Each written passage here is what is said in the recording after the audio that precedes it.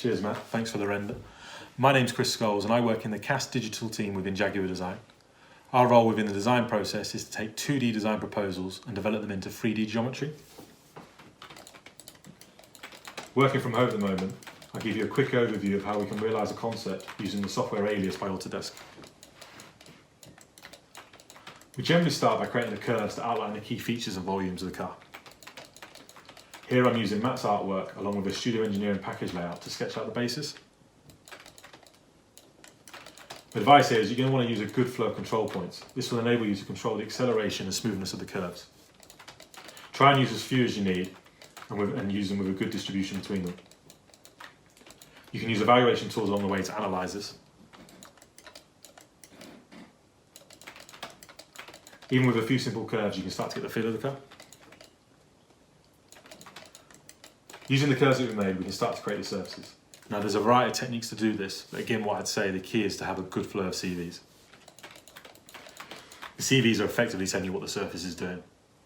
Not only will it then make it easier to build other surfaces off those surfaces, it'll also be able to highlight to you any issues. You'll be able to see any hollows or any bumps just within the CVs on their own.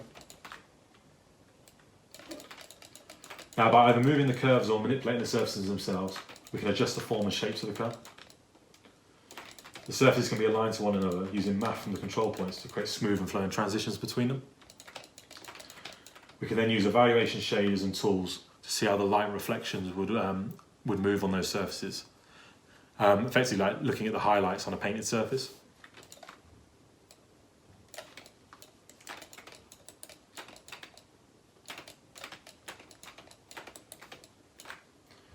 From a process point of view, you're going to want to block out the simple volumes first.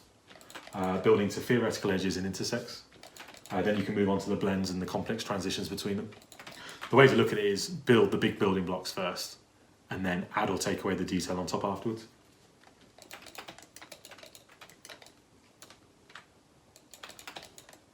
Within the design department, we work on every A surface on an exterior and interior. So this car is not just the body itself, it's going to be the grills, it's the headlamps, it's the rear lamps, it's the meshes, it's the wheels, etc. Obviously that's a lot of data and that can be used in multiple ways. So we can make physical properties, either foam properties, hard models. We can support the clay properties using on-plate milling and handy scans. We can transfer information between the two teams back and forth. The data can be used for engineering releases and gateways.